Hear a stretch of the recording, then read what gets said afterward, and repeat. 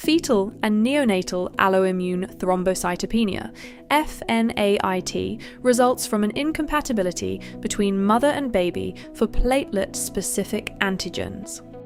Platelets, called thrombocytes, are small cell fragments produced in the bone marrow from large, specialized cells called megakaryocytes and are released into the bloodstream in large clusters. Their primary function is to stop bleeding by clumping together to form a blood clot at a wound site. Sometimes blood contains fewer platelets than normal, a condition known as thrombocytopenia.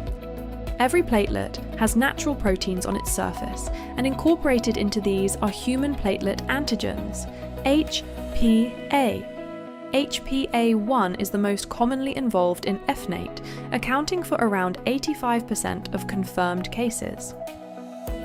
A child's HPAs are inherited from their parents through DNA and exist in two forms, a high-frequency designated A and a low-frequency designated B.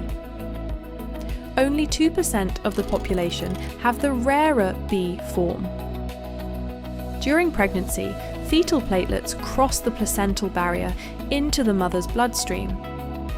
If the baby's paternal HPAs are different, her immune system will identify them as foreign and start producing antibodies, which will cross back through the placenta into the fetal bloodstream to destroy fetal and neonatal platelets, causing thrombocytopenia.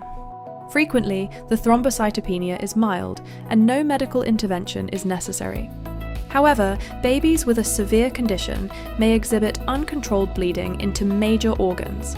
The most feared is bleeding into the brain, intracranial hemorrhage, ICH, which may cause death or lifelong disabilities.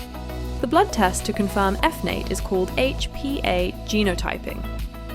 After birth, the baby's platelet count will gradually return to normal as maternal antibodies slowly diminish and fetal and neonatal alloimmune thrombocytopenia cannot reoccur.